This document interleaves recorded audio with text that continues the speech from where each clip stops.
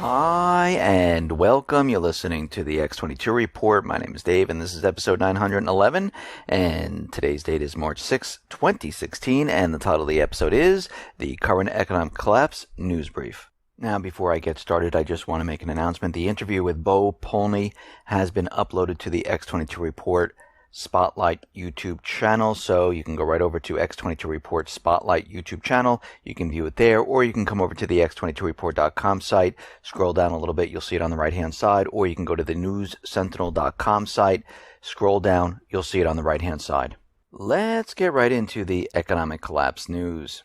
Now, on Friday we talked about the jobs report. And the U.S. government central bankers are out there trying to convince us that everything is fine. They added about 55,000 jobs to retail. And if we go back in time, we've been tracking store closures. And of course, when those stores close down, people get laid off. We've been showing that a lot of people have been laying off in the corporate offices of these retail stores.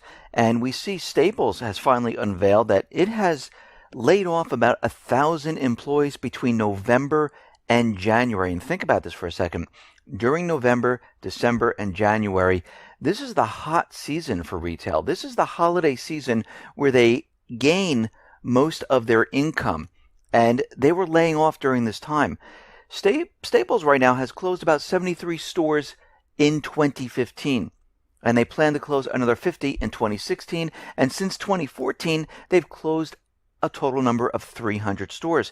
And this is continuing throughout the retail matrix here. And what's happening is that all retail is contracting right now. We see from reports coming in, the retail sector, they're not any better than any other sector here in the U.S. And we've been looking at other sectors here in the U.S. We've been looking at manufacturing. We've been looking at housing, the auto industry. And all of this is declining. Right now, they're showing that a total earnings for the 496 S&P 500 members have reported results, and they are down negative 6.1%. So what we're looking at right now is everything is completely contracting, declining, falling apart. The economy is continually doing a lot worse. And as we go through this entire year, it's going to get worse and worse. Even though the president is out there patting himself on the back that we manipulated all these numbers. Look how great the economy's doing. And people are actually believing us. And he's patting himself on the back, showing all of this off. And what's going to happen is that all of this is going to crash. Now remember, they don't want to be blamed for this, because think about it. All this time they've been telling us how great this has been, how fantastic the economy's been doing. And they can't have it go down on their watch. They need to blame this on another group or another country. And this is exactly what they're going to do. Now, we see that they're still pushing a cashless society. Sweden right now has begun their 5-year countdown until it eliminates all cash, and we know they want to do this completely. But what's very interesting about what has been going on all around the world is they're trying to sustain this huge debt bubble. Now, it has grown very, very large. It's getting worse and worse. It cannot be sustained. And the central bankers realize this. They understand that as they go forward, it just can't work. And this is why Christine Lagarde was out there saying it would be great if we had a 10% wealth tax, not to pay down the debt, but just to let us continually keep moving forward, because they really don't want all the debt paid off, which is completely impossible anyhow, but they just want to lower it so they can continue and move forward and prop the system up for a little bit longer until they get everything in place to bring it down. And we see that they're trying a carbon tax to tax the people. And this is what happens during this time. They add more taxes. So the next part of their strategy is to basically extend the retirement ages. So if you're going to retire in 65, you won't be able to retire. If you want to retire in 70, you won't be able to retire. We don't know what the age will be, but we know they want to move it up. And the reason they want to do this is because they can tax you longer, and you have a shorter period of time in receiving those benefits. Think about what they're doing. Now, in Europe, we know that these refugees have been let loose into Europe from Turkey. Now, there's many different agendas associated with this. We know at this point they want to shut down the borders. They want to get rid of Schengen. Why? Because they don't want movement of capital. They want it contained in each one of these countries. And we can see this is exactly what they're trying to do at this point. So Lagarde is trying to alter the pension system by extending the productive life of each individual, and this will allow them to prop the system up because they're desperate at this point. They are looking everywhere to bring in more revenue to keep this system alive. Just a little longer until they can bring it down themselves and, of course, start a war to cover it all up. Now, out in Japan, we see things are heating up there. The people, the governor of Okinawa, they are speaking out. They're having protests, and they're saying, we do not want this base here whatsoever. Now, the U.S. came out saying we're a little delayed, but we're moving forward. Of course, they're not going to stop. Well, the Japanese Premier Abe, he said, okay, we're not going to build in Okinawa. We're going to suspend the construction. There is so much pressure on him that he says we're going to look to move the base to a different location where it's not so populated. So does this mean the base is not going to be built? No, it's just not going to be built in that area. They're going to move it to a different area. So the people hunkered down, they pushed, and they said, we do not want it here. Now, of course, all they're doing is picking a different location.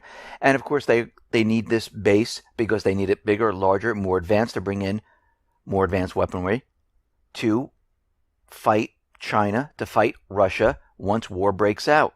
Now, out in Kiev, we see Kiev is continually shelling the Lugansk area. They've done this in the last 24 hours, and they're continually doing this. And actually, this is increasing in intensity in this area because we know the Kiev government, they are pushing at this point to start a major offensive. They don't want to complete the Minsk II ceasefire agreement. Russia's putting pressure on Kiev. The U.S., Kiev, and the European nations are putting pressure on Russia.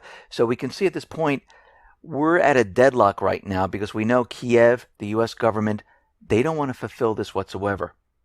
Now, out in Saudi Arabia, things are deteriorating very, very quickly. The financial situation is a huge problem in the Saudi kingdom. Much of their budget has been burned up from that war in Yemen, and they're losing badly in this area.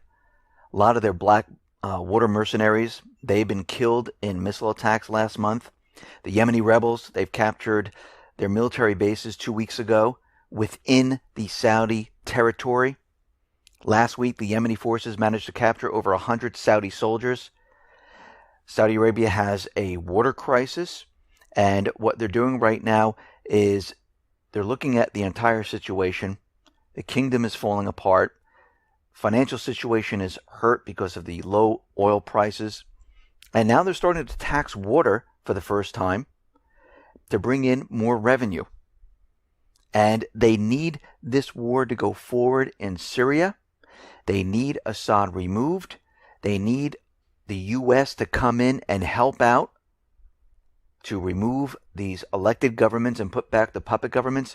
So we're going to have to watch this situation very, very closely to see what's going on as we move forward here, because they're going to become desperate. Turkey is continually shelling into Syria. They have not stopped. They're keeping the corridor open. Of course, they're saying they're bombing the Kurds, they're bombing the Islamic State, and we know this is not really what they're doing. Now, Turkish activities in the region, they're undermining the ceasefire. And this is basically their job. This is what the U.S. wants them to do. Because the U.S. right now, they're pushing a new plan in this area. They know they are beat because Russia has been bombing the Islamic State, because we know in the past the U.S. was not bombing the Islamic State because it is their proxy army. This is why Obama was calling out the targets. They were specific targets, which were not the Islamic State. They were the infrastructure of Syria and Iraq.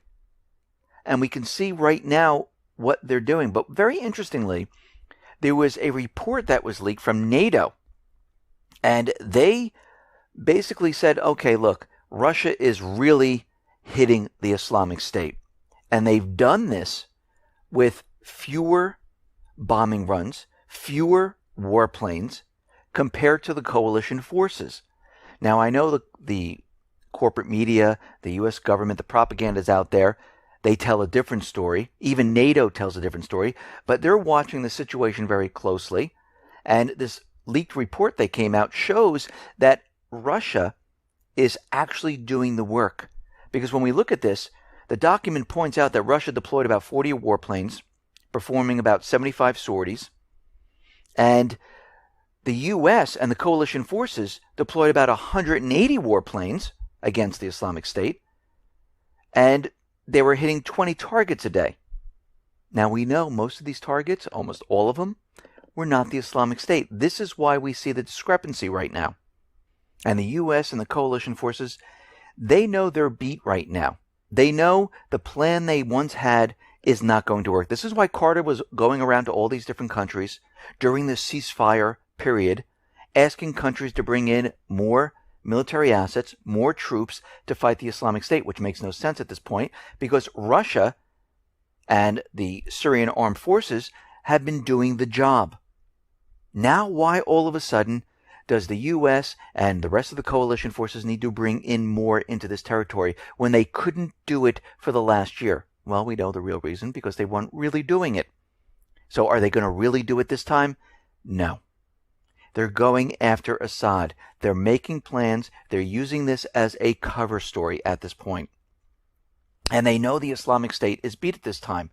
Now, we understand that Syria is going to call for elections, but Saudi Arabia is saying, listen, before the elections, before the transitional government, and they keep using these terms, that it's going to be a transitional government. Now, most likely they're going to try to force this, of course, but they want Assad to step down before the elections. Now, why would they want him to do this at this point? Because they know he will be reelected. This is what they're nervous about, and we know the elections are coming up next month. We know they're going to try to get rid of him and fix elections. They'll do whatever they have to try to get rid of him. But we see very interesting things happening during this period of time. Like we said, we've seen military assets coming in. We've seen troops from many different countries coming in. They've found weapons on a Turkish freighter. They found uniforms in Spain. And now we see the Syrian army in Swida, Syria, on the border of Jordan. The Syrian army confiscated a huge amount of weapons destined for the Islamic State. And they were Israeli weapons and U.S.-made weapons. They included 20 RPG shells, landmines, 90 anti-tank missiles, BKS machine gun boxes, and other ammunition. So we see they're still supplying the Islamic State. And they realize as Russia and the Syrian armed forces continues their bombing in the area against the Islamic State, not the rebel forces. Now think about this for a second. They're not going to be hitting the moderate rebels at this point. They're going after the Islamic State. So what the U.S. and the coalition forces are doing at this point is they're having the moderate rebels take over the areas where the Islamic State were. So the Syrian rebel fighters, they have now seized border crossings with Iraq and Syria. This way, the Russian forces, the Syrian armed forces, will not attack that area, and the U.S. can keep that under their control. So we see right now the Islamic State had controlled the Al-Tanf border crossing, and now the moderate rebels, they've taken that over. And we see this occurring all throughout Syria in different areas. Now the U.S. is going to be using the B-52 Stratofortress bombers in the campaign to fight the Islamic State in Syria. This is what they're telling everyone. Now, is this exactly what they're doing? Why all of a sudden, if the Islamic State is beaten, all these towns and cities are liberated, Russia has been doing this since what is it, 4, 5, 6 months now? Why does the U.S. and the coalition forces need to ramp things up? They don't. Not for the Islamic State. They need to ramp things up for the next plan. So now they're bringing in more advanced weaponry, like the B-52, because they can drop 32-ton bombs simultaneously. And those are going to replace the Rockwell B-1 Lancer supersonic strategic bombers. Now, we have another report where Carter is out there saying that the HIMAR battery are being deployed in the Middle East right now. This is a multiple rocket launcher, and they're going to be used, of course, against the Islamic State. He added that the U.S.-led coalition is going to step up its cyber offensive against the terror group to disable their internet connections. So we see everything they're telling us is kind of a half-truth here. Cyber warfare is going to be on Syria. These new weapons coming in is going to be used for the next phase of the battle in Syria. Because if Assad stays in power, this whole thing is going to move forward. Because the U.S., the coalition forces, their goal has always been the same. Remove Assad. Put in a pipeline to supply Europe with natural gas. Place the dollar on the oil. Set up a central bank. And this is their path then into Iran. And this has not changed. Listen, everyone, thanks a lot for listening. Be well, be safe, and especially be prepared. Thanks a lot.